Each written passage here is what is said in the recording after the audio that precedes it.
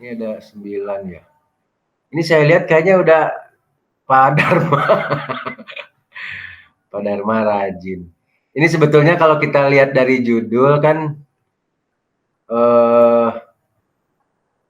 sebetulnya ini dikhususkan buat program prakerja ya. Bagi teman-teman yang sedang menunggu program prakerja berjalan. Ini kita ada semacam warming up lah ya, pemanasan dulu gitu.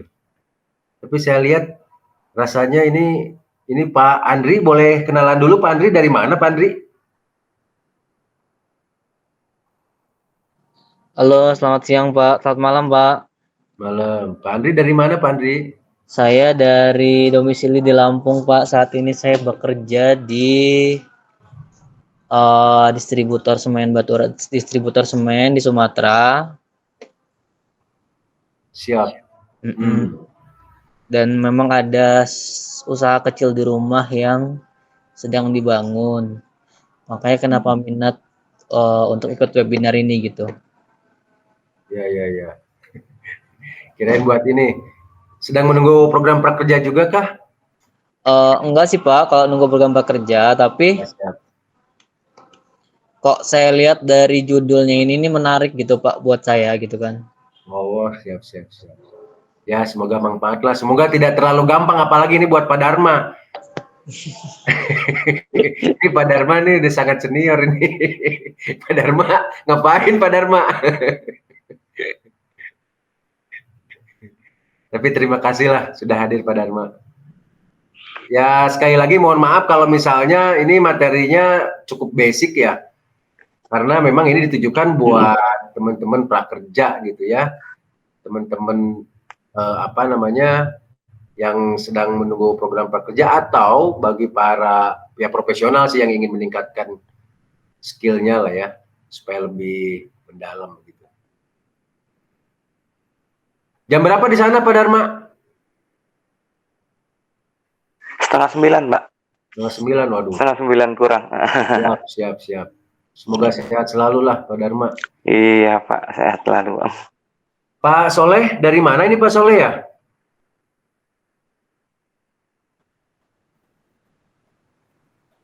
Ya Pak, selamat malam Pak. Saya Soleh Pak. Selamat malam. Pak Soleh dari mana Pak? Saya dari Lenteng Agung, Jakarta Selatan Pak. Siap. Nah, saya karyawan swasta Pak di trading company, Japanese Trading Company. Ya, saya tertarik dengan dengan judulnya maupun dan sebagainya. Ya, oke lah, kita mungkin bisa sharing ya pengalaman ataupun apa, mudah-mudahan bermanfaat begitu sih Pak. Oke, begitu sih Pak. Siap. Wah, nanti ini bisa jadi saya yang jadi penonton ini Pak Dharma, Pak Soleh, Pak Andri. Masih Pak Laurentius, selamat malam Pak. Pak Laurentius monitor. Kayaknya Pak Laurentius dari Surabaya ya?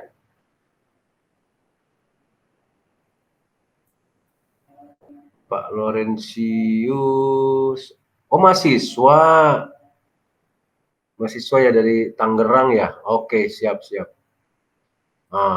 Ini sebenarnya siap. Wah, sekarang jelas Pak Soleh. Di saya mohon maaf agak burem ini. Ini kamera laptopnya ini kayaknya kurang ini. Oke Pak, nggak apa-apa Pak.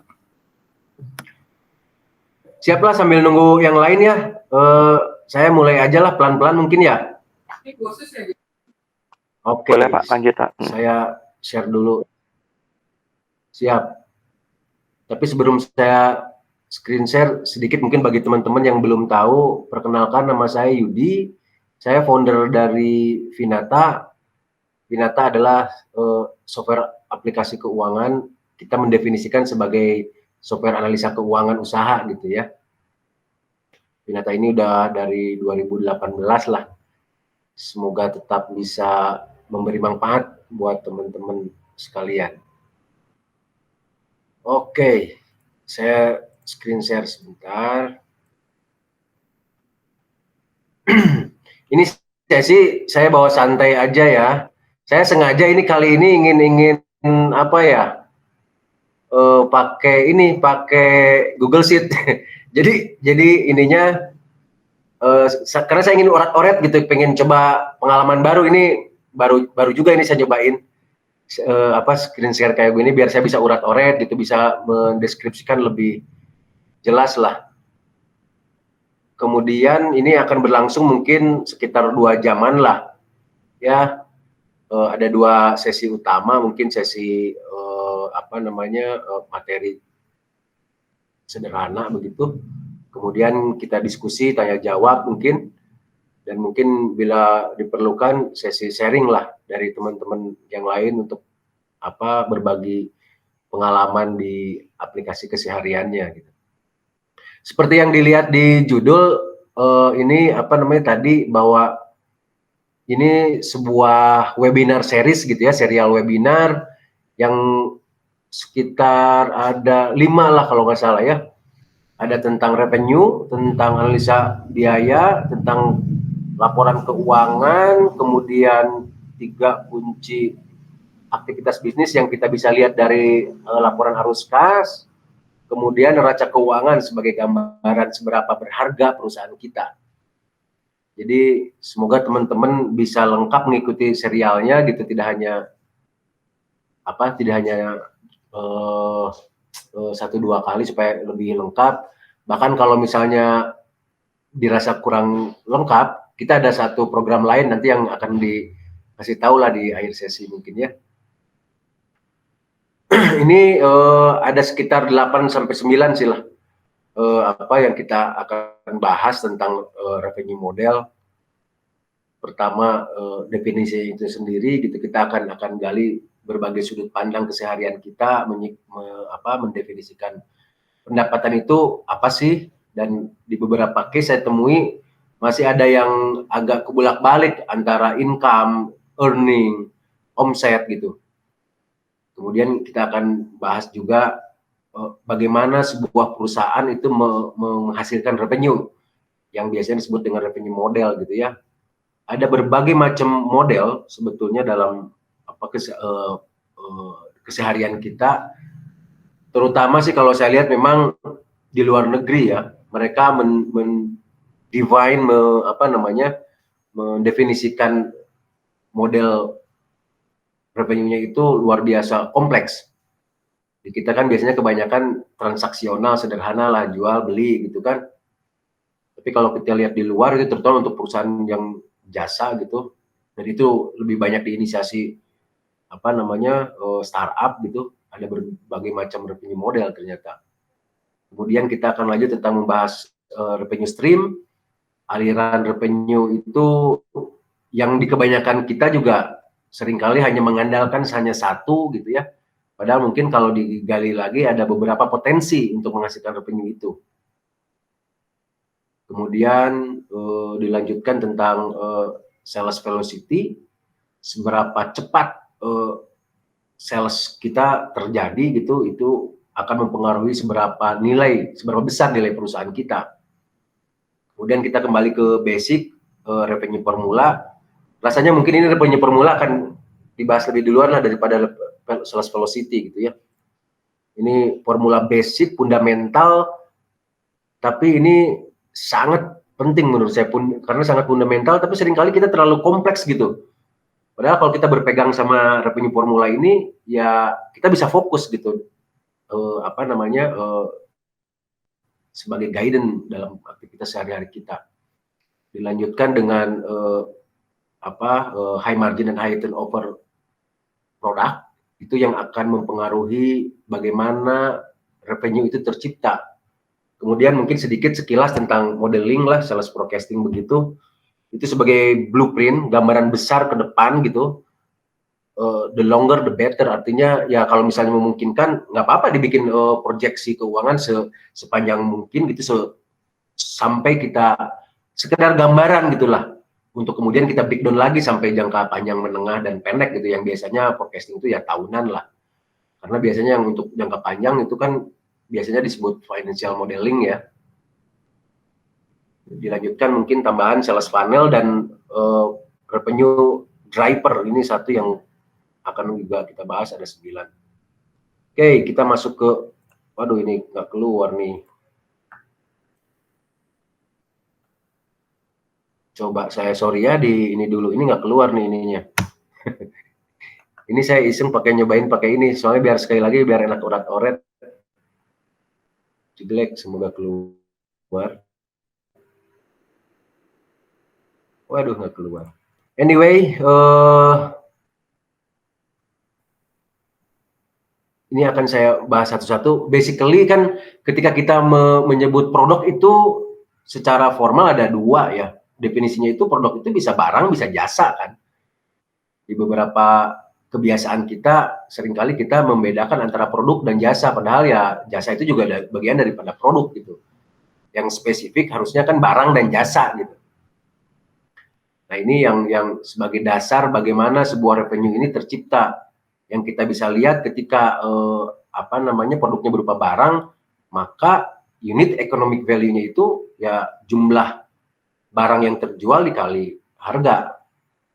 Tetapi ketika service based companies, jasa begitu, itu yang jadi unit ekonomiknya itu jumlah customer dikali harga servisnya, ya. Nah ini untuk menyamakan persepsi aja gitu ya, bahwa sales ini biasanya merujuk pada ya penjualan si kuantitinya gitu. Sementara revenue-nya sendiri itu perkalian antara kuantiti dikali harganya. Ya istilah lain lah, kita sering nyebut dengan omset atau Waduh ini habis baterainya, sorry sebentar. Nggak nyolok ini, sorry sebentar.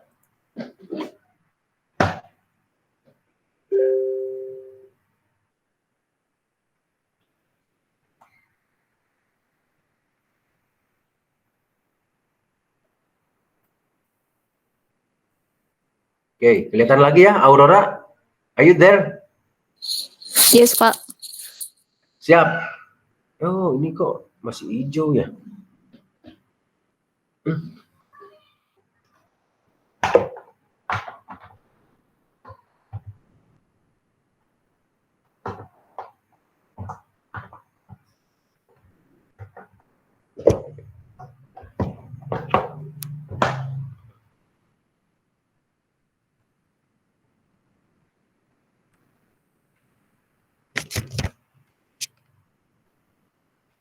Sorry sebentar, ini kok nggak nyolok ya, sebentar.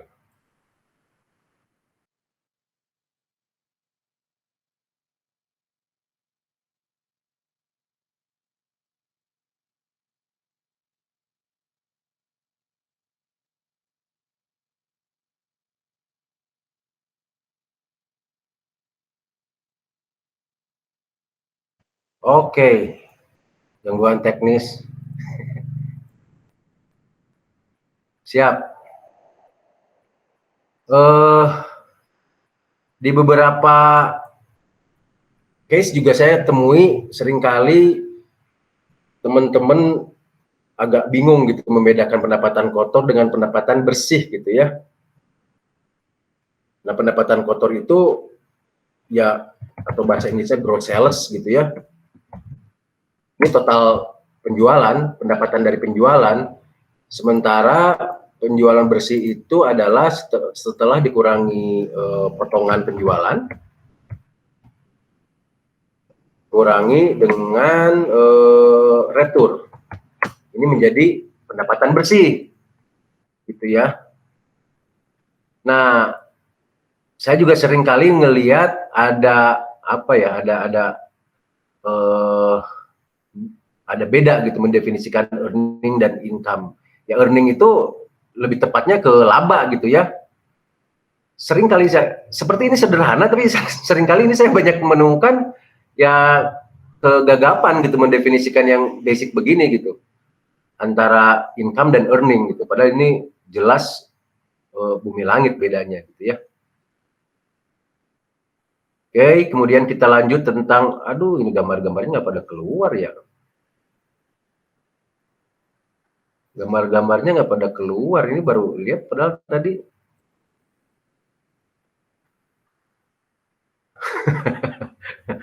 Ini gambar-gambarnya nggak pada keluar. Oke, nggak apa-apa lah. Jadi secara akuntansi itu hanya ada 3 ya, dari demikian banyak kompleks, sedemikian kompleks bagaimana sebuah bisnis beroperasi itu hanya ada 3 kan, jasa, dagang, dan manufaktur. Kalau saya sederhanakan lah, jasa benar-benar yang tangible gitu, intangible gitu. Walaupun sumber revenue-nya bisa jadi dari aset yang tangible. Misalnya hotel itu kan aset fisik gitu, itu aset berupa tangible gitu ya, rental mobil, rental motor, tapi dia kategori jasa. Walaupun sekali lagi yang menjadi drivernya adalah aset fisik. Dan yang kedua, jasa yang kedua ya sumber drivernya itu intangible aset, seperti skill, ya, konsultan keuangan, bisa konsultan pajak, notaris. Itu kan lebih intangible aset yang menjadikan revenue-nya ya.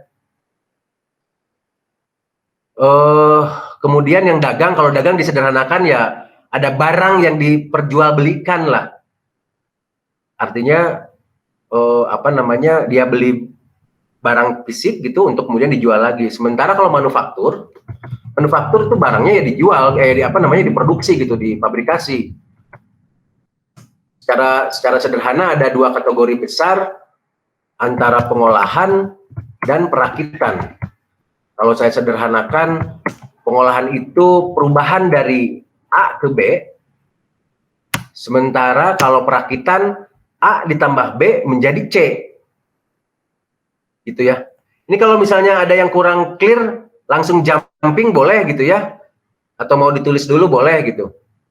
Jadi sekali lagi, jasa, dagang, manufaktur. Manufacturing itu pengolahan atau perakitan. Pengolahan itu A ke B, perakitan itu A plus B jadi C gitu. Nah yang kompleks itu jasa gitu ya. Ini kok gambarnya nggak keluar ya? Sebentar.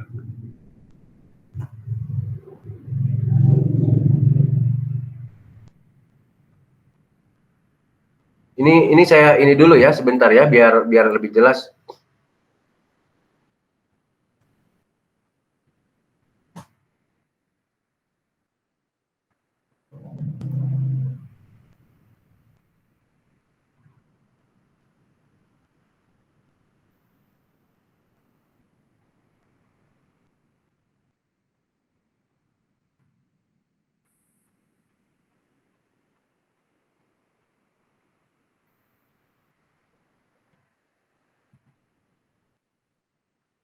Oke. Nah, yang kompleks itu biasanya ini bisnis sebentar.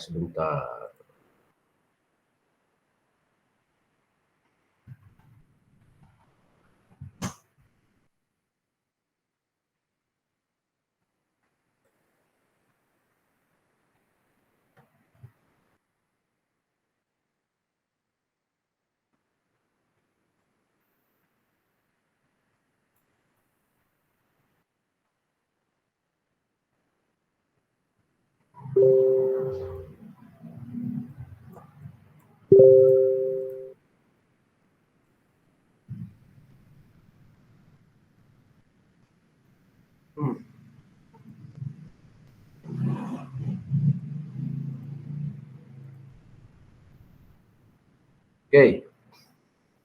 Ini saya bahas tentang bagaimana sebuah perusahaan jasa yang biasa kita temui di luar negeri itu, di kita juga ada sih pasti, hanya tidak sekompleks di luar kalau saya lihat ya.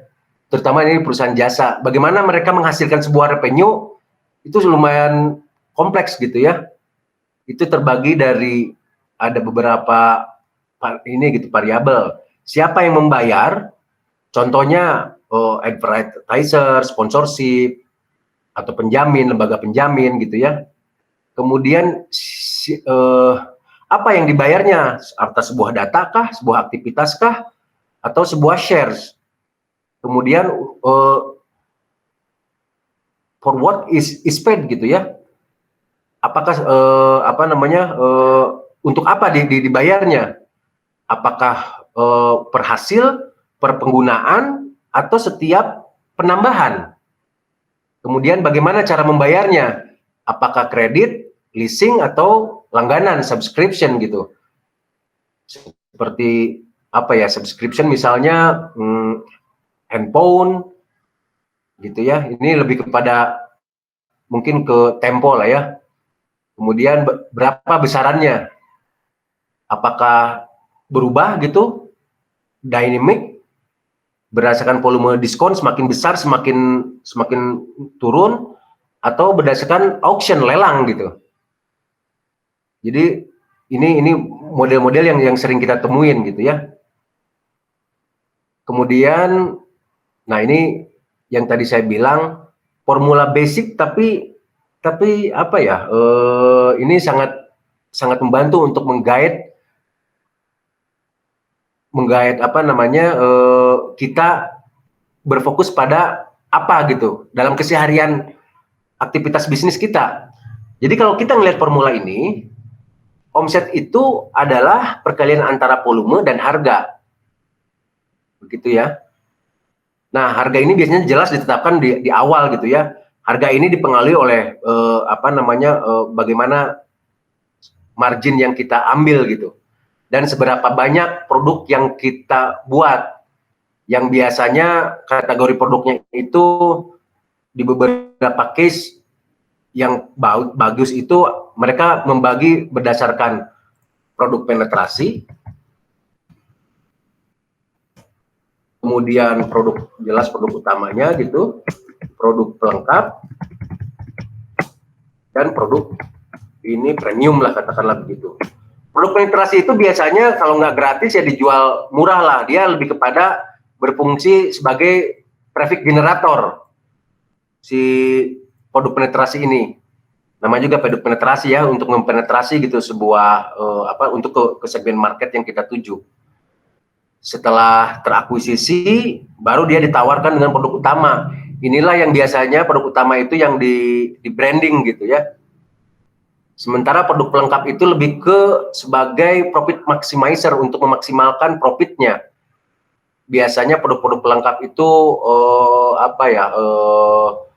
seperti misalnya kalau handphone itu ada aksesorisnya gitu, upselling cross selling lah gitu ya. Kalau produk premium jelas produk-produk yang menghasilkan margin terbesar gitu.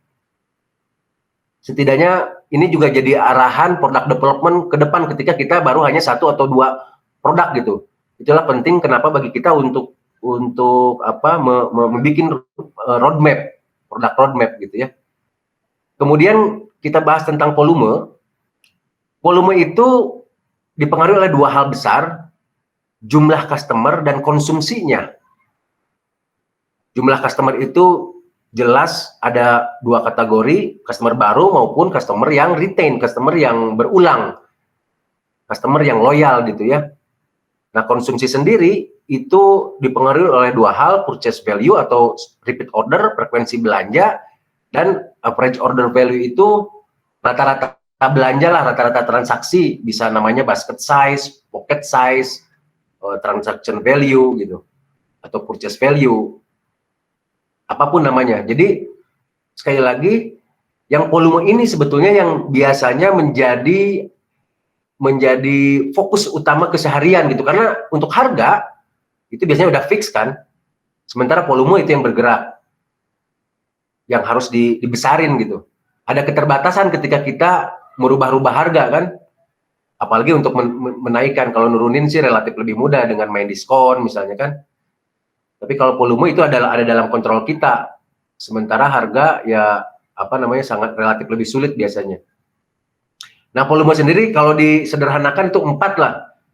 Bagaimana cara kita menghasilkan customer baru, kemudian bagaimana cara kita meretainnya, membuat customer yang sudah datang ini menjadi tetap loyal, kemudian setelah dia loyal, bagaimana terus repeat order, membeli berulang, dan dalam jumlah yang besar gitu. yang rata-rata belanjanya biasanya sebulan sekali menjadi 2 kali, yang biasanya 1 transaksi 1 juta jadi 2 juta misalnya. Itu yang jadi guidance dalam menyusun program-program marketing tentu saja ya. Kemudian ini kita masuk pada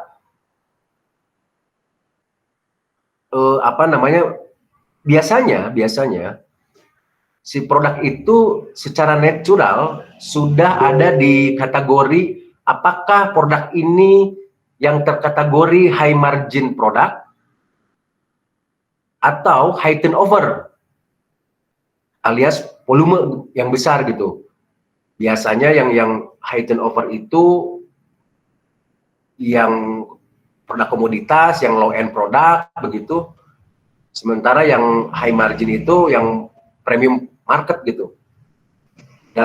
Dan biasanya juga layanannya untuk yang premium ini atau yang high margin ini biasanya lebih ke customize atau personalize, atau mungkin di beberapa ini seperti yang Vinata itu kita sebutnya sebagai done for you gitu, atau yang mass production gitulah. Jadi penting bagi kita untuk tahu secara nature kita itu ada di mana, produk kita itu ada di mana, sehingga ini menjadi menjadi pegangan gitu. Kalau misalnya nature-nya high turnover produknya, berarti kita fokusnya di volume, di mana volumenya sebesar-besarnya, dan ini menentukan skill atau kompetensi yang kita perlukan. Ini sangat berbeda. Kalau misalnya kita bermain di volume, berarti kita harus punya skill untuk mendapatkan customer sebanyak-banyaknya. Tetapi kalau untuk yang high margin biasanya yang dikejar kualitas hubungannya, kualitas relationnya, bukan ke banyaknya gitu. Idealnya tentu saja dua-duanya gitulah. Dua-duanya yang kalau bisa ya marginnya juga cukup gitulah. Dan juga volumenya bisa besar gitu ya.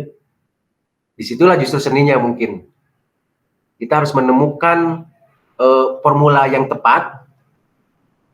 Dan itulah kenapa perlu bagi kita untuk mengembangkan produk-produk lain sehingga ketemu komposisinya bahwa bisnis kita bisa mengakomodir kondisi high margin dan high turnover ini. Ini kan menentukan return on equity, tingkat pengembalian atas modal yang kita tanam gitu kan. High margin itu kan laba dibagi, ini kalau saya tulisin ya, ini kan laba dibagi sales gitu pendapatannya. Ini persentase ini gitu, rate ini yang high margin itu kan. Sementara high turnover itu return on asset itu seberapa besar aset itu berputar atau si produk ini bisa berputar gitu ya. Ini akan mempengaruhi, ini biasa disebut dengan ROA gitu ya, return on asset. Ini akan mempengaruhi seberapa besar laba di akhir periode atau return on equity. Gitu ya. Ini ngomong-ngomong saya agak kecepatan ini. Coba saya cek dulu sebentar. Sampai sini ada yang mau ditanyain dulu nggak? Terlalu cepat nggak?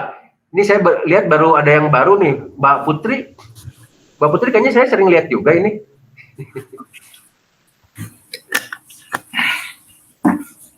Very clear, Pak. Very clear. Very clear, Pak. Siap. Thank you, Pak. Mbak Putri, monitor. Saya khawatir kecepatan ini. Memang saya mendeliver produk singkat padat gitu ya, supaya ada terjadi ruang diskusi. Pak Dharma masih ini nggak? Masih monitor nggak? Atau Pak Dharma udah? Oh masih nih Pak Dharma. Pak Dharma, ada yang mau dikomentari dulu sebelum saya lanjutkan? Lanjutnya dulu Pak, nggak Pak. Siap, siap. Pak Andri, barangkali? Lanjut, Pak. Siap. Oke, saya share lagi. Aurora, barangkali mau ada yang di... Ini Lanjut, dulu. Pak. Oke. Ini sangat apa ya, dasar, tapi menurut saya sih apa ya, hal yang mendasar begini seringkali orang terlupakan gitu. Ini menjadi fundamental. Ini terlihat sederhana, padahal ketika kita clear benar, ini juga akan meng-guide kita bagaimana cara kita bergerak gitu ya. Saya lanjut tentang sales velocity. Sales velocity ini kecepatan kita menghasilkan sales lah. Kecepatan kita menghasilkan sales. Ini kalau kita lihat formulanya, opportunities itu peluang atau bahasa lain prospek lah. Jumlah prospek yang kita miliki. Prospek. Win rate itu conversion lah. Conversion rate gitu ya. Bahasa lainnya itu. Dan deal value itu tadi average order value. Sama apa namanya length of sales cycle itu siklus dari mulai prospecting sampai closing gitu. Berapa lama? Dari formula ini kita akan punya gambaran mana yang harus kita kejar gitu ya. Ada 4 ini kan, berarti bagaimana menghasilkan peluang sebesar-besarnya alias mengumpulkan data prospek sebesar-besarnya, kemudian menyusun sebuah strategi agar conversion rate-nya tinggi gitu, yang lalu memilih atau meningkatkan average order value-nya, rata-rata transaksinya, dengan waktu sesingkat-singkatnya, siklus sales-nya sependek-pendeknya gitu. Tentu saja ini dipengaruhi oleh kategori produk seperti yang tadi saya bilang gitu. Atau jelas ada 2 ya, internal dan eksternal. Internal kita jelas bagaimana cara kita membuat funneling gitu. Bagaimana cara kita merencanakan funneling itu. Bagi yang sudah familiar mungkin ini seringkali lah. Kalau bahasa saya gampangnya apa ya, membuat sebuah peta journey gitu, dari mulai bagaimana cara kita mendekati prospek sampai menjadi sebuah sales gitu. Bagaimana membuat market kita itu tahu, kemudian tertarik, tertarik, yakin dan beli gitu. Disederhanakannya begitu. Ini juga terdengar simpel, prakteknya trust me, ini tidak. Tertarik, yakin, beli. Kalau disederhanakan begitulah. Gitu ya. Jadi semakin cepat itu semakin baik. Artinya semakin dekat dengan goal kita, semakin dekat dengan ketercapaian visi kita. Itulah kenapa disebut velocity gitu. Kecepatan menghasilkan sales. Dan idealnya ya eksponensial gitu. Artinya ini ngomong ideal ya. Artinya ketika ketercapaiannya sekarang 1, next-nya 2, 4, 8, itu yang biasanya terjadi di startup yang high growth gitu. Mereka itu menuntut pertumbuhan perusahaan itu sekitar bisa 20-30% per bulan loh, itu bukan per tahun. Umumnya kan justru per tahun kan kalau di perusahaan pada umumnya gitu, quote and quote tradisional katakanlah, itu kan 30% itu udah 20-30% itu udah oke lah. Semakin besar, semakin kecil biasanya malah. Besar itu skalanya ya, besar skalanya. Skala itu artinya kan terkait dengan aset, omset gitu kan, dan nilai perusahaan itu aset bersih lah. Itu skala gitu ya. Kalau disederhanakan omset dan aset lah. Itu yang mempengaruhi seberapa cepat juga tuh. Jadi sekali lagi untuk mempercepat pendapatan itu terjadi, maka fokus kita ada 4, bagaimana mengumpulkan prospek sebesar-besarnya, kemudian segera mengkonversinya, dan lalu memilih atau mentargetkan rata-rata transaksi sebesar mungkin dengan waktu secepat-cepatnya gitu, sesingkat-singkatnya. Length of sales cycles biasanya itu ya per month lah dan per tahun gitu. Kenapa per month, yang harus per month, per bulan begitu? Itu karena biasanya kan fixed cost kita hadir setiap bulan gitu ya. Biasanya ya per bulan itunya, rentang waktunya. Dalam 1 bulan akan terjadi berapa siklus gitu. Sementara yang disebut length of sales cycle di sini dalam satu approaching begitu, dalam satu proses penjualan. Jadi dalam 1 bulan ada berapa sales proses. Itulah kenapa penting bagi kita untuk memahami yang biasanya di setiap bisnis itu berbeda mendefinisi siklus penjualannya.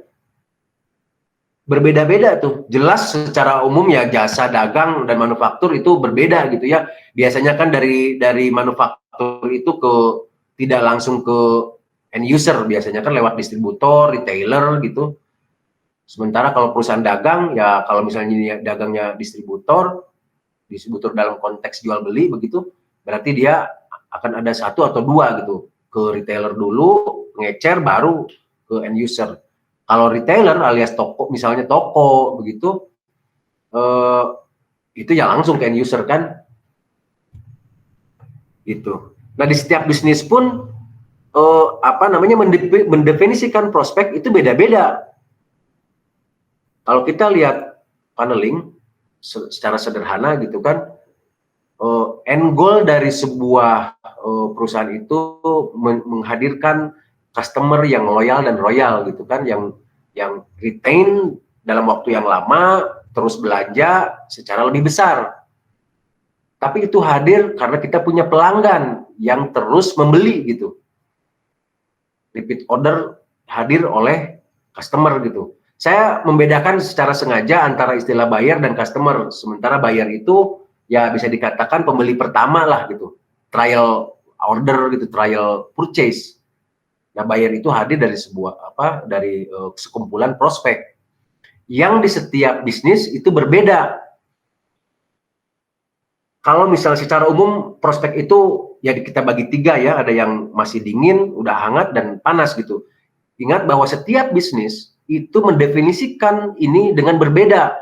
Yang umumnya kalau kita lihat di teman-teman yang onliner gitu, online shop, cold itu ya gampangnya ada beberapa yang mendefinisikan sebagai subscriber, follower. Sementara saya tulis ya, subscriber misalnya atau follower. Sementara kalau yang warm, dia mungkin yang kita sudah dapatkan nomor WA-nya dan email. Gitu ya. Sementara yang hot ini dari sisi kita ya, dari sisi kita ini subscriber.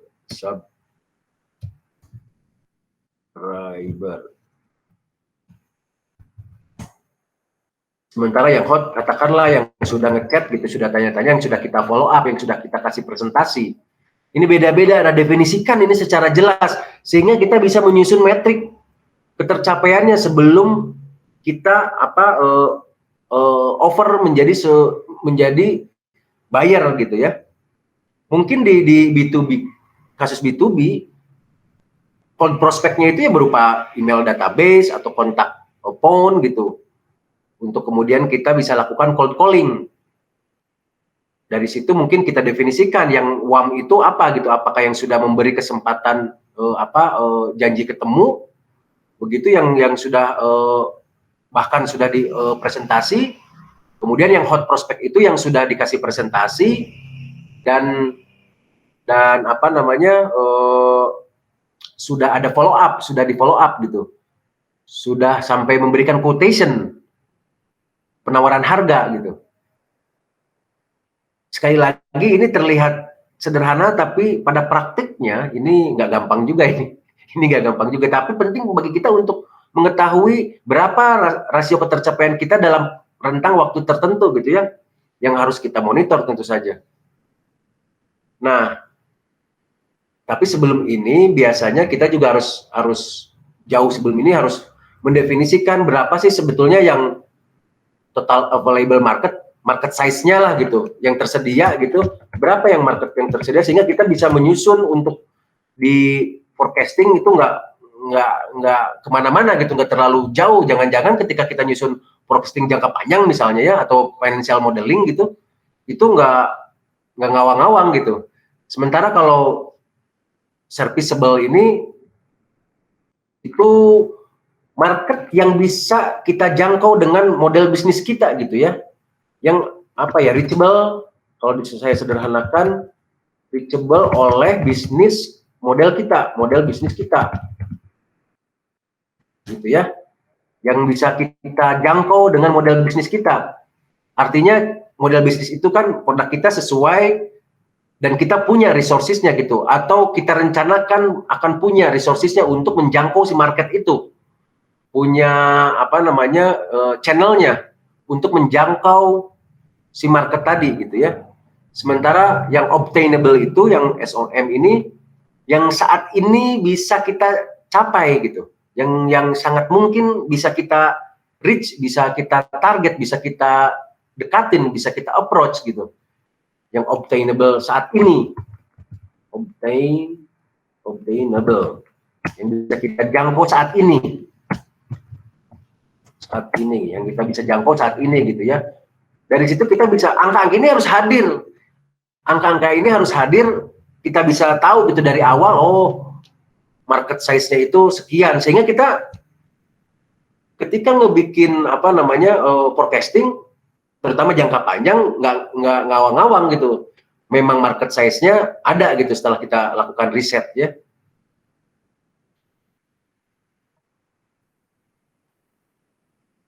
Oke, ini ngomong-ngomong sebentar lagi nih, pendek sekali, cepat sekali nih. Oke, sekarang kita masuk pada pembahasan tentang ada di mana sih atau apa sih yang menjadi driver revenue itu hadir. Dan sebelum kita bahas itu, kita lihat dulu siklus tentang di mana sih posisi revenue itu ada dalam sebuah siklus keuangan dalam satu perusahaan. Ini kan equitas itu yang modal lah, penyertaan modal gitu ya, hutang liabilities itu hutang gitu kan, ini aset ya harta kita gitu kan, yang menjadi aset ini menjadi sumbernya, ini sumber daya yang menjadi aset itu kan sumber daya yang menjadi apa namanya trigger untuk menghasilkan revenue. Itulah kenapa penting bagi kita untuk mengetahui kategori bisnis kita, apakah jasa, dagang, atau manufaktur, karena ini akan menentukan drivernya. Misalnya gini, kalau misalnya perusahaan dagang berarti yang menjadi aset revenue drivernya itu adalah toko. Semakin banyak toko, selain tentu saja produknya ya, tentu saja produknya sendiri, tapi ini kan kalau kita breakdown lagi, aset ini terdiri dari aset lancar gitu, aset yang liquid gitu kan ya, kas, piutang, sama stok lah. Nah, ada stok yang lain-lain sih, tapi ini yang utama lah. Kemudian yang aset tetap, ini yang peralatan, kendaraan, dan bangunan. Yang intangible juga lah, kalau misalnya dia sebuah software aplikasi misalnya. Nah, ini sekali lagi seperti sederhana, tapi seringkali tidak tergambarkan gitu dalam aktivitas keseharian. Tidak tergambarkan, padahal ini bercerita banyak. Kalau model bisnisnya kita pabrikasi, berarti fokus kita adalah memperbaiki misalnya mesinnya dan bangunan. Bangunannya pun jelas ya menyesuaikan dengan model bisnis kita. Kalau misalnya manufacturing berarti pabrik kan. Ini bangunan itu bisa berupa toko selain kantor lah ya. Kantor itu kalau misalnya hanya jasa cukup kantor aja. Berarti kan kantor cabang, berarti kalau misalnya dia berupa jasa. Kantor, toko, kemudian gudang, pabrik gitulah secara umumnya. Atau bangunan lainnya seperti kalau misalnya hotel gitu kan. Ya bangunan lainnya lah. Ini bisa bangunan lainnya tergantung model bisnisnya. Atau ruang sewa. Kalau misalnya dia dia rental, berarti kan mungkin akan ada di sini. Kendaraan yang jadi fokusnya. Yang kalau saya lihat di Indonesia yang keren itu, yang sudah benar-benar memahami ini, si Alfamart kalau menurut saya tuh. Dia itu 10 tahun lebih muda daripada Indomaret, tapi sekarang udah menyusul tuh.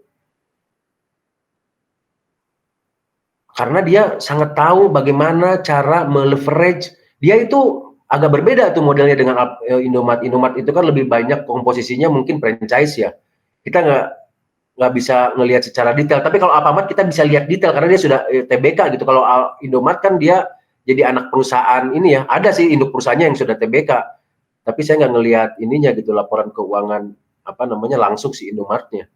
Yang saya sudah pernah lihat itu, dari itu kita bisa akses kapanpun kan. Kalau Alfamart sudah TBK gitu, kita bisa lihat ya bagaimana pergerakan si perusahaan ini.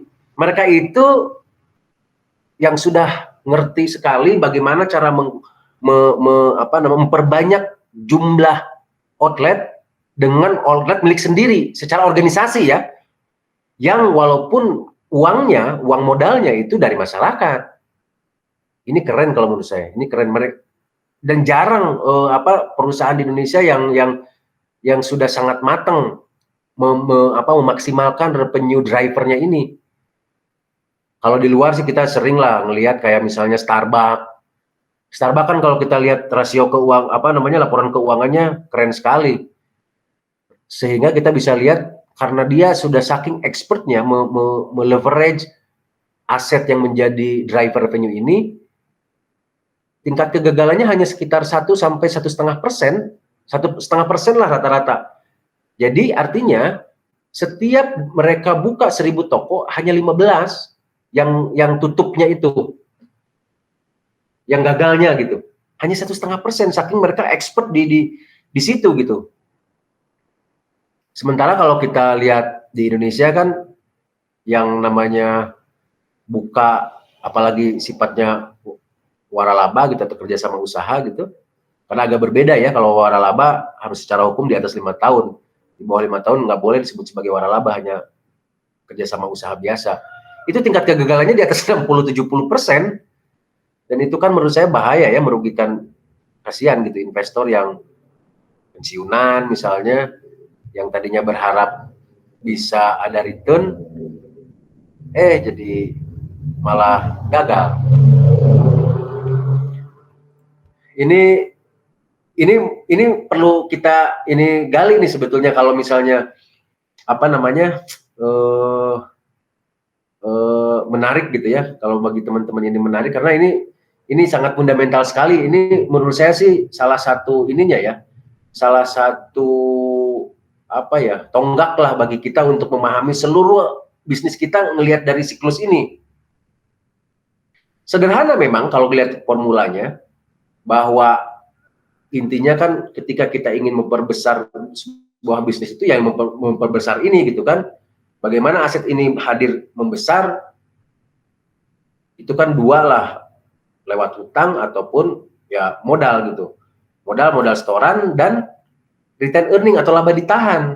Laba ditahan ini hadir itu karena ada proses menghasilkan revenue, dikurangi dengan biaya, dikurangi dengan pengambilan dari si pemilik usaha. Jadi fokusnya ya memperbesar profit tentu saja. sampai sini dulu deh. Karena ini tinggal satu ini lagi. Sampai sini dulu. Pak Herdi mungkin mau ada yang nambahin, Pak Herdi?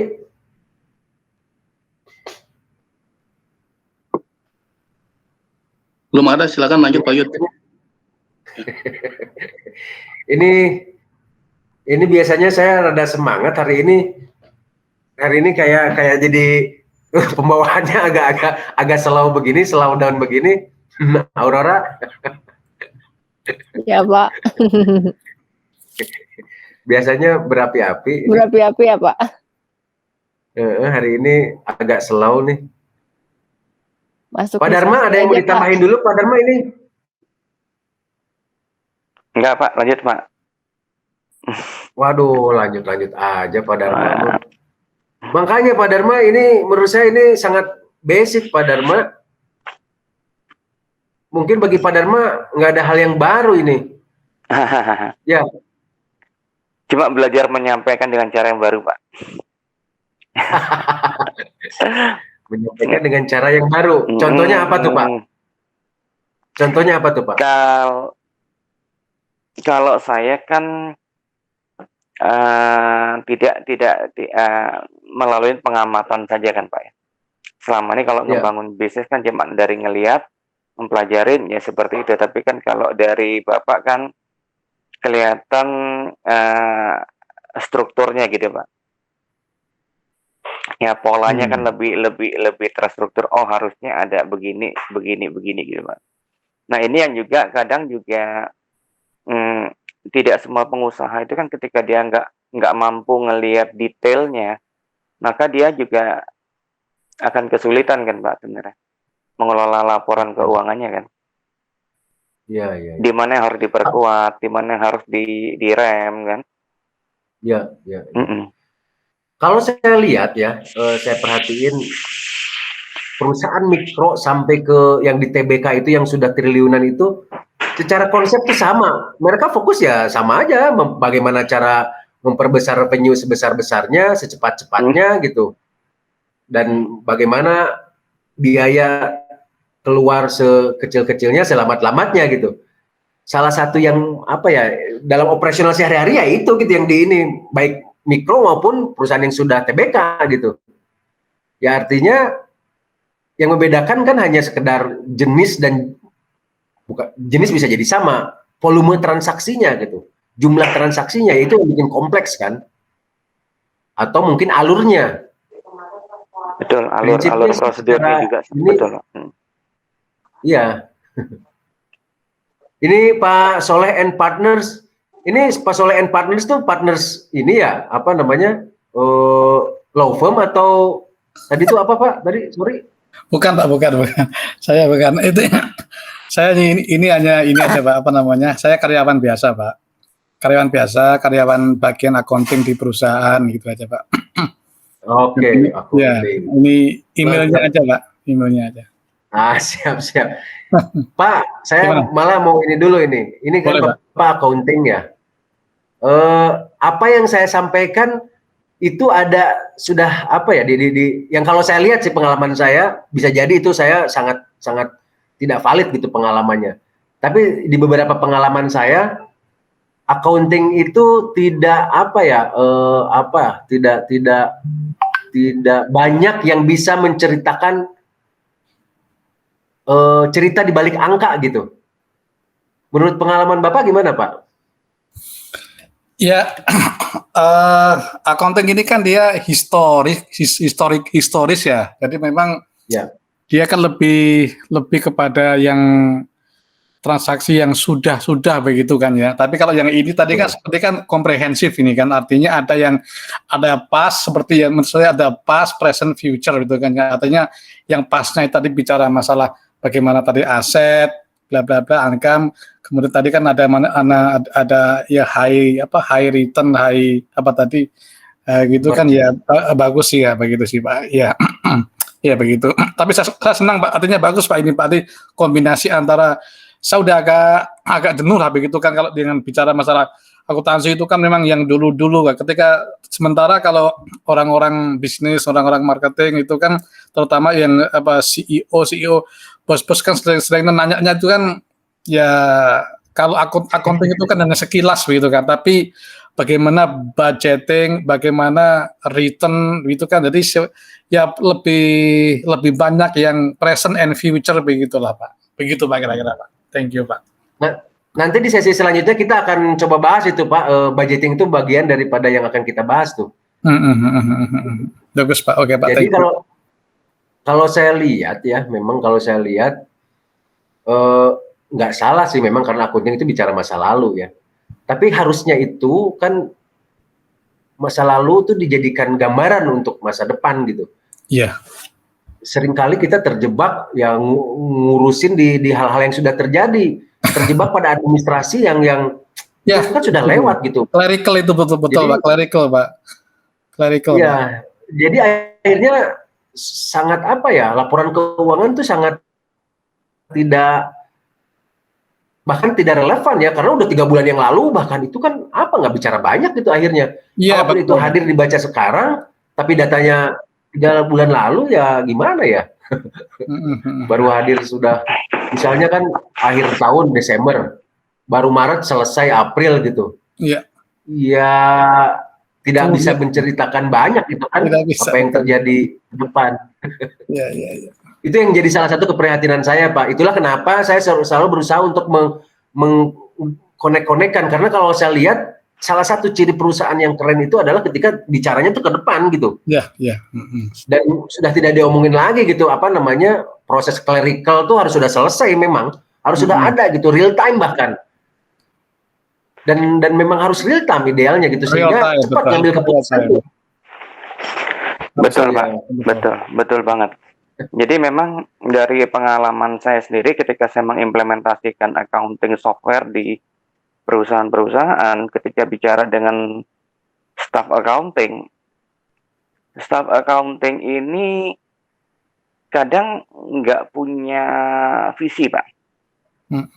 Nggak punya visi, yang mereka itu hanya terjebak accounting itu cuma kerjaannya bikin jurnal, ya kan, cuman bikin buku besar, menyajikan laporan keuangan, data entry gitu ya. Tapi apa yang diceritakan oleh laporan keuangan itu kadang mereka nggak paham. Ya, nggak paham dengan yang terjadi. Misalnya ya barang apa sih yang paling bergerak paling cepat di perusahaan kita ini? Ya kan, customer mana sih yang paling memberikan profit paling gede? Ya kan, terus kredit model kita itu panjang atau pendek? Ya kan, ya sehingga si accounting ini ya pokoknya ya udah dia menyelesaikan, ini buku kasnya angkanya sekian Pak. Laporan laba ruginya sekian. Nah, tapi kan itu history Pak, ya kan? Dan yang tantangan kita adalah membuat perusahaan ini menjadi besar kan? Ya. Nah, karena kita bisa ngelihatnya ke depan kan. Nah, ini kita harus ngapain lagi ini di produk mana lagi nih yang bisa kita genjot kan gitu. HPP-nya gimana kita tekan lagi di situ. Nah di titik itulah seringkali antara owner dengan accounting itu jadi nggak nyambung. Nggak nyambung kalau. Iya. Siap. Oke. Yang lain barangkali Mbak Putri ada yang mau ditanyain dulu?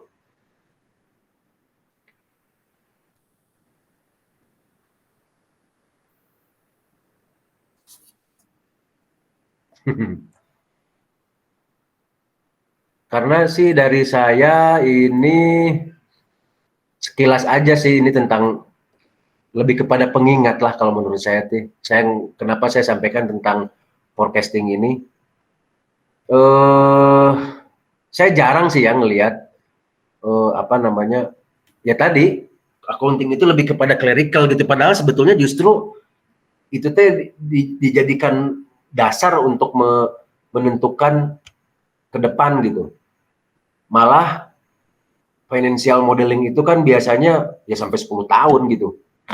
Sampai 10 tahun. Itu tentu saja bahkan banyak terjadi ini apa namanya? Perbedaan perubahan gitu. Sangat mungkin terjadi. Tapi tadi dengan menentukan ini kita akan tahu tadi dari mulai ada hubungannya tuh. Apakah kita punya target yang market size-nya cukup besar gitu.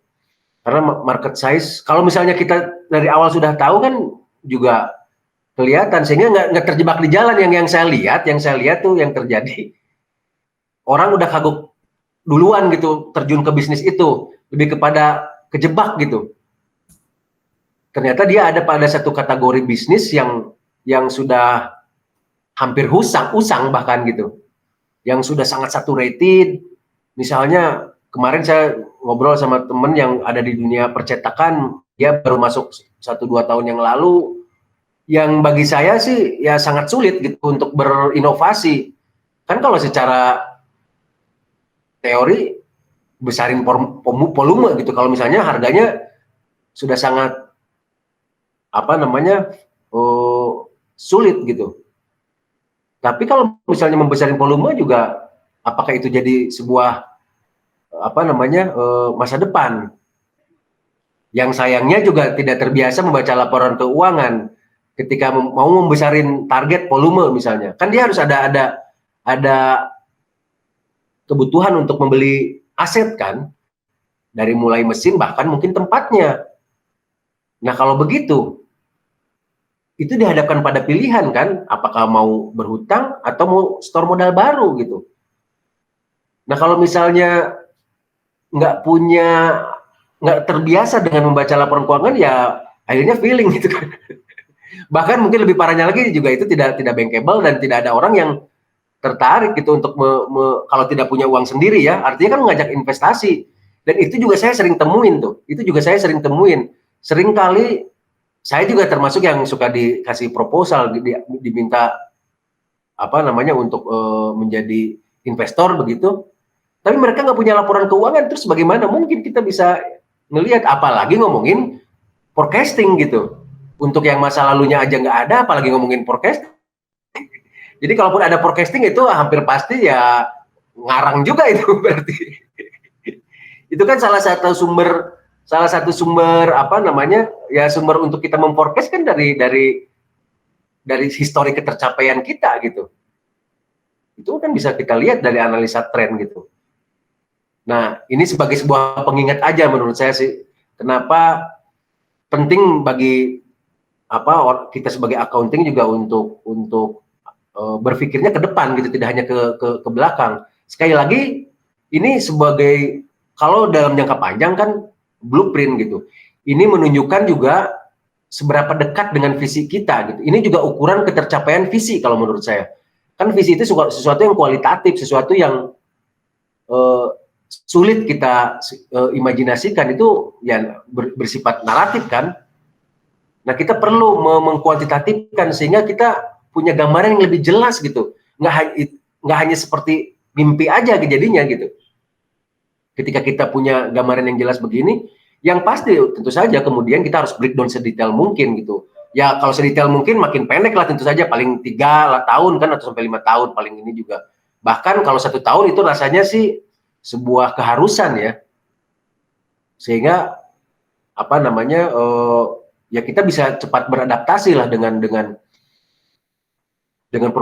perubahan. Dari sini juga ada keterpaksaan bagi kita untuk membaca tren perilaku konsumen. Dengan kebiasaan kita memforecast begini, itu memaksa kita tidak hanya membaca laporan keuangan historik kita, tetapi juga kita dipaksa untuk membaca data eksternal, ngelihat BPS, data di Nielsen misalnya, data kompetitor, dan data tren perilaku masyarakat. Jangan-jangan ya sudah tidak relevan lagi gitu produk kita. Dan jangan sampai kita juga kehilangan momentum. Ini saya mau sedikit cerita tentang ada momentum-momentum, dan sekarang juga rasanya ada momentum lain gitu ya. Jadi kalau saya lihat salah satu momentum besar di Indonesia itu adalah tahun 2012 kalau menurut saya. Jadi tahun 2012 itu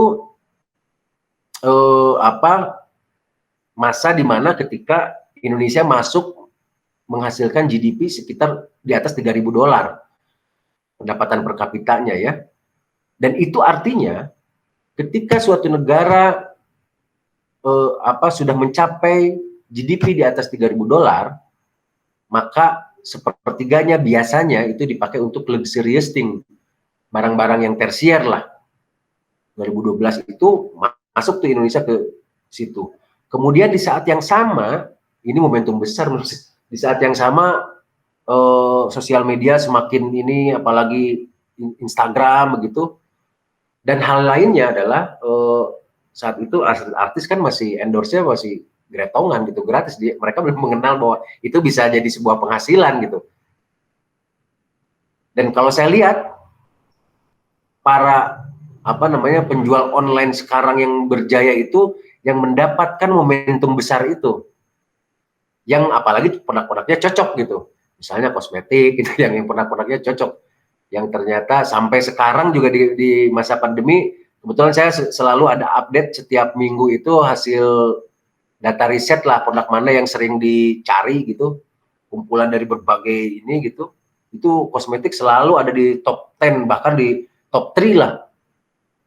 Nah itu kan dengan kita membuat diharuskan membuat forecasting begini, dipaksa kita akan memaksa kita untuk melihat kondisi di luar gitu, tren-tren di luar, gejala-gejala apa yang terjadi, makroekonomi bahkan gitu, mungkin juga politik, mungkin juga sosial seperti sekarang.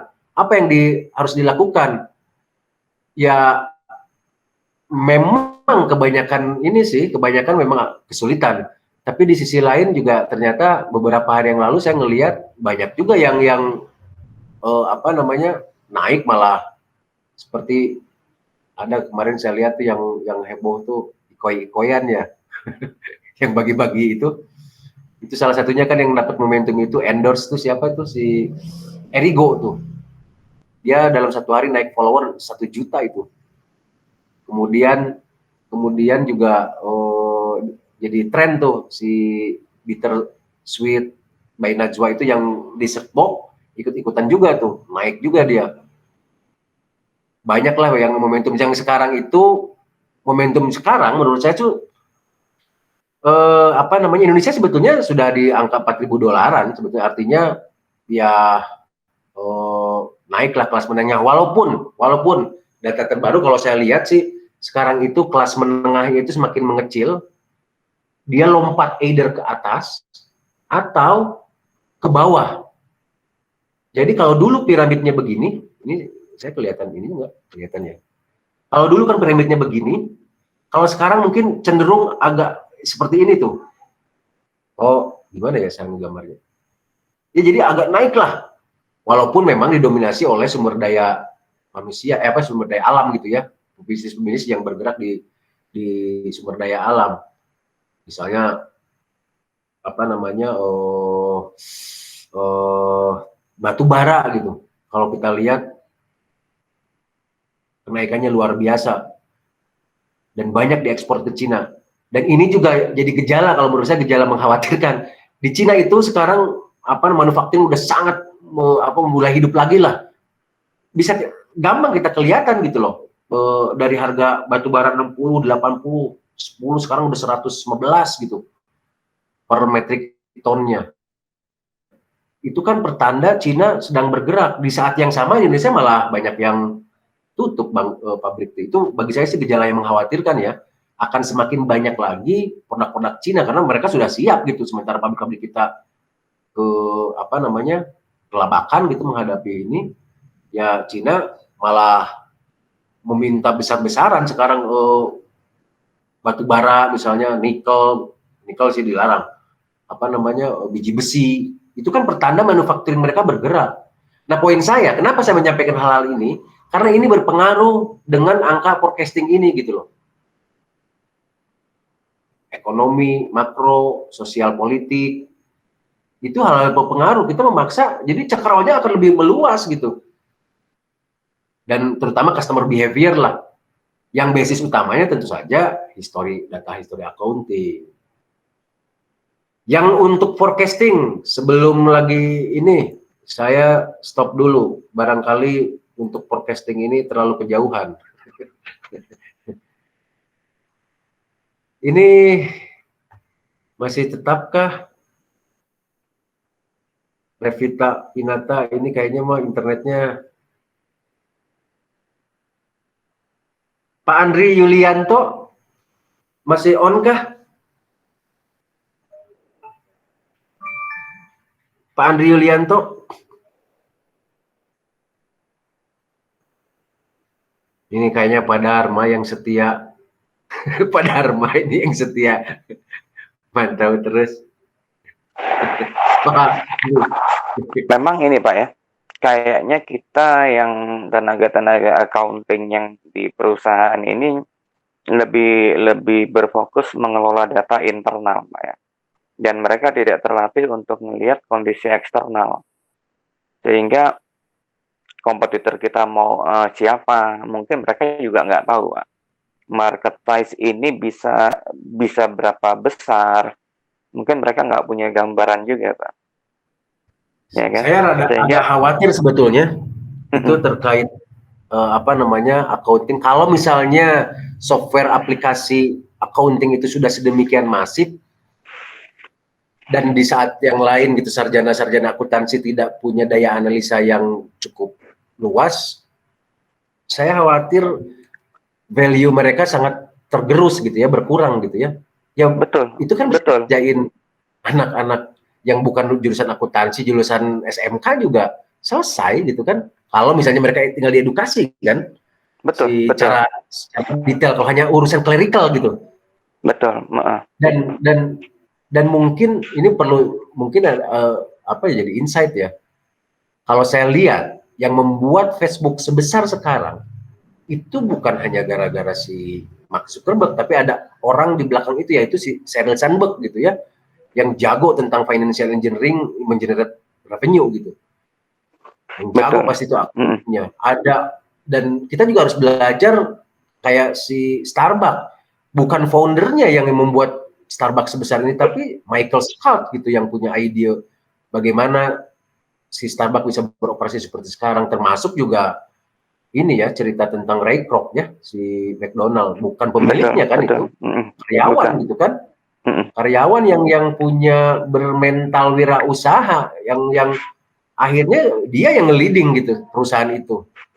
Nah itu sih semangat itu yang ingin saya tularkan, maksud saya itu di Pinata itu semangat itu yang meskipun kita sebagai accounting ya jangan terjebak pada urusan clerical gitu. Karena kalau clerical itu sesuatu yang sangat mudah terdisrupsi. Bahkan betul, kalau saya lihat betul, Pak. Bahkan kalau saya lihat di luar negeri itu artificial intelligence udah sangat ini. Jadi sekarang itu untuk meminta advice legal udah nggak perlu lagi pergi ke lawyer, legal advisor. Dia udah pakai aplikasi gitu untuk mendapatkan legal opinion, karena mahal kan. Itu murah pasti kalau dengan aplikasi begitu. Di luar itu udah sampai sejauh itu, udah nggak perlu, kecuali litigasi mungkin masuk ke pengadilan ya, oke lah itu masih belum tapi someday juga kalau misalnya virtual reality sudah terjadi gitu, mungkin bisa diwakilkan gitu juga, karena tinggal apalagi mungkin Neuralink sudah semakin kemana-mana gitu ya, litigasi pun mungkin udah nggak perlu lagi lawyer, mungkin bisa jadi gitu ya. Anyway, iya mungkin Pak, memungkinkan sekali sih. Ya maksud saya tuh yang saya khawatirkan terjebak pada urusan clerical, padahal justru harusnya menurut saya accounting itu kan tahu angka di dalam, dia tuh bisa tahu persis gitu, lebih canggih harusnya dari si ownernya malah.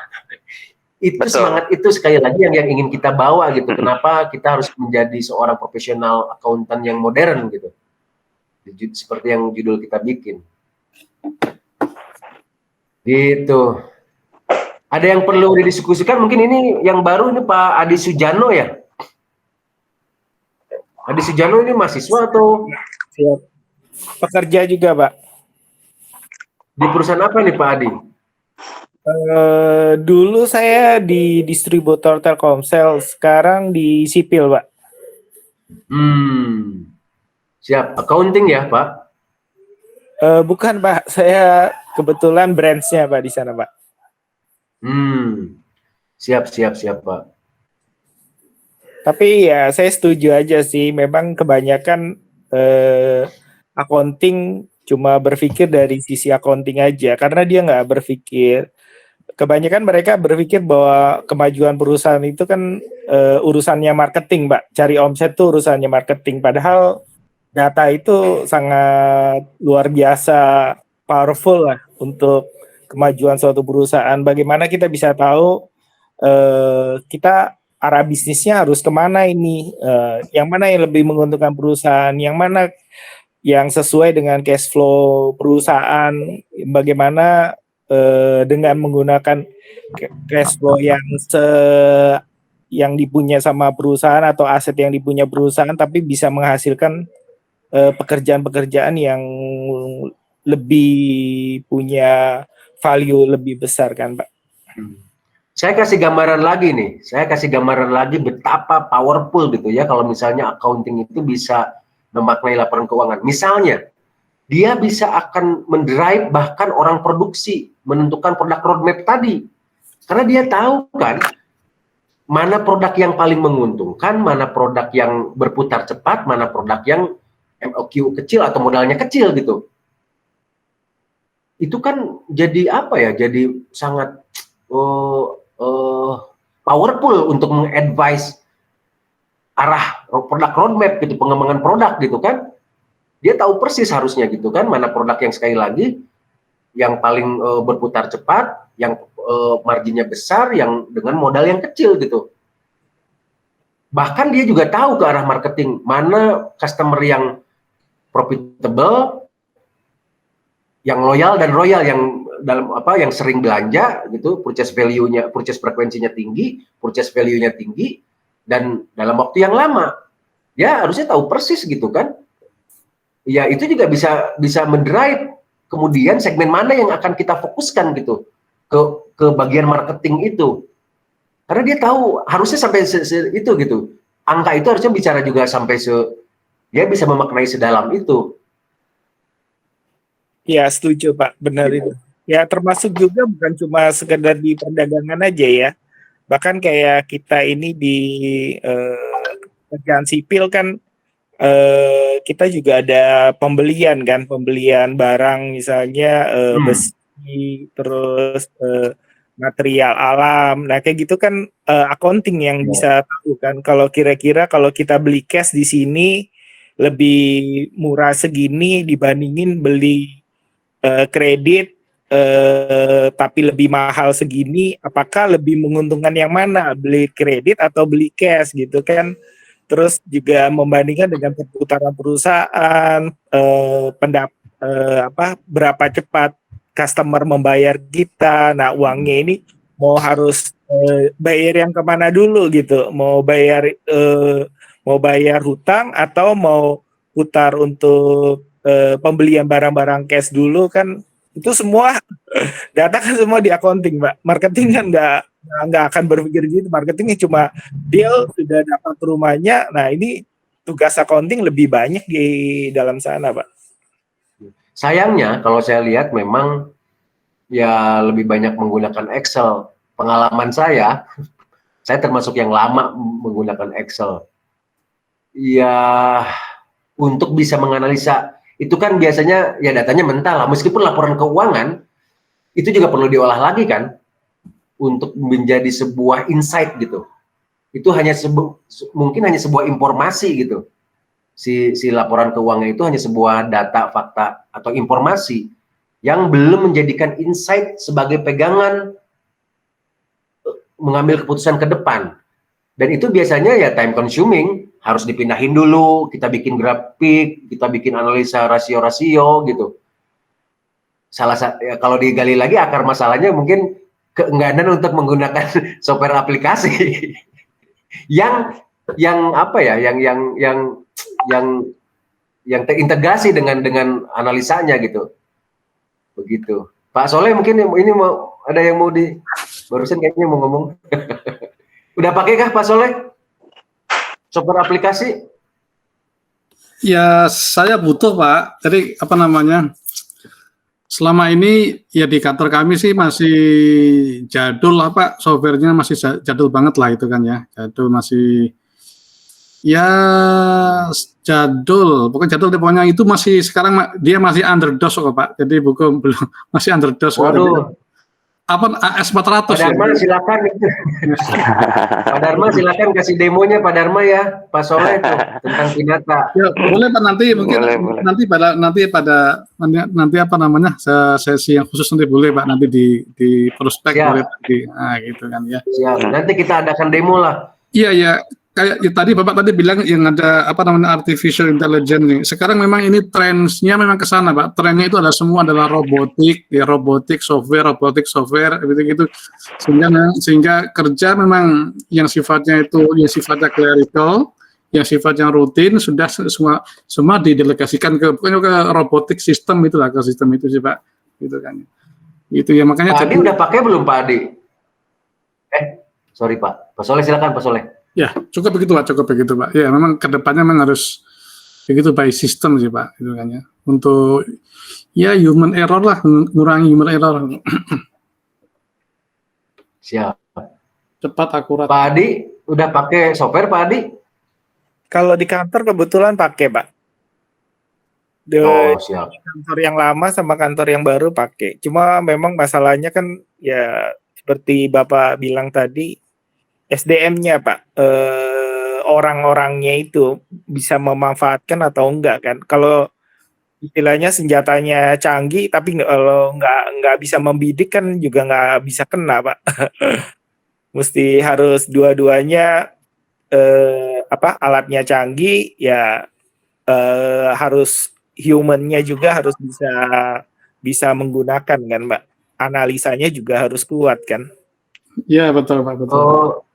Justru Pak, kalau menurut saya yang software yang canggih itu yang sudah bisa menganalisa Pak. Yang sudah bisa menganalisa, yang di kebanyakan software accounting saya ya di Indonesia sih ya nggak ada lah yang bisa dalam melihat persoalan di laporan keuangan gitu ya. Betul. Mereka kalau boleh saya tahu Bapak pakai apa Pak? Akurat Pak. Oke. Siap. Wah itu kompleks itu habis waktu itu Pak Dharma ya. Habis waktu. Jadi memang akurat bukannya jelek ya. Mereka bisa laporannya cukup kompleks. Akan tetapi permasalahannya tergantung dari si usernya kan Pak. Ketika yang saya tahu laporan keuangan itu hanyalah laba rugi dan neraca, maka kita akan mengabaikan yang lain Pak. Iya kan? Memang harus ikutan program dulu. Betul. Gimana Pak? Ya harus ikutan program dulu di Melpina ya Pak. Betul. Ini ngomong ada yang dulu. Ya betul. Ada yang baru nih Pak Samsul Rizal Muin. Dari mana ini Pak? Ini udah selesai ini Pak Samsul baru nongol. Ya Pak. Ya. Dari tadi? Enggak Pak, baru join. Saya kebetulan ada kegiatan di luar baru sempat join. Ya sempat dengerin obrolan lah Pak. Tapi ininya bahasannya tadi materinya sih udah selesai nih Pak. Ini kita diskusi faktual apa ya sih yang terjadi di lapangan. Ya nggak apa-apa Pak, buat dengar pengalaman teman-teman. Ya tadi kan Pak Adi canggih gitu kan ininya ya, udah keren lah gitu si softwarenya, tapi perlu diimprove. Itulah kenapa mungkin di kita juga fokus pada edukasinya. Ada di kita namanya program Melpina lah, Melek Finansial bersama Pinata namanya. Nanti bisa dilihat di pinata.id/Melpina. Itu memang salah satu upaya kita, itu juga jadi salah satu salah satu insight yang kita tangkap bahwa memang banyak, bahkan termasuk sarjana akuntansi kalau pengalaman saya, itu juga perlu diimprove ternyata. Itu juga perlu diimprove. Mungkin ya lebih kepada textbook, mungkin nggak kebayang dalam keseharian itu gimana gitu. Angka-angka di dalam laporan keuangan kita bicara apa sih? Itu yang mungkin perlu di ini. Atau mungkin Pak Andri ada pengalaman lain Pak Andri? Pak Andri Yulianto.